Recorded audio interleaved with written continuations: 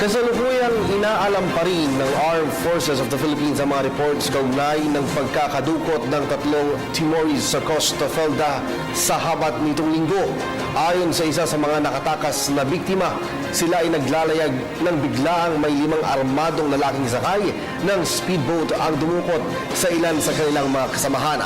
Ang detalye, alamin natin mula sa aming kasamang si Luis Samonte, mag-uulat live via phone patch. Maraming salamat, Kirby. Kasalukuyan nagsasagpuan ng investigasyon ng Armed Forces of the Philippines kaugnay nga na pagkakadukot sa tatlong Timorese sa Costa Felda sa habat itong linggo. Ayon sa isa sa mga nakatakas na biktima, sila ay naglalayag ng biglang may 5 armadong lalaki na sakay na isang speedboat ang dumukot sa ilan sa kanilang mga kasamahan.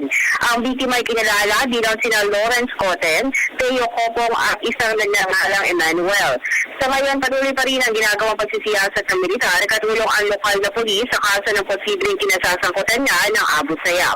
Para sa PTV News, ako si Luis Samonte. Maraming salamat sa iyo, Luis. Ako po si Cathy San Gabriel. Subscribe na sa PTV YouTube channel. I-click lang po ang subscribe button.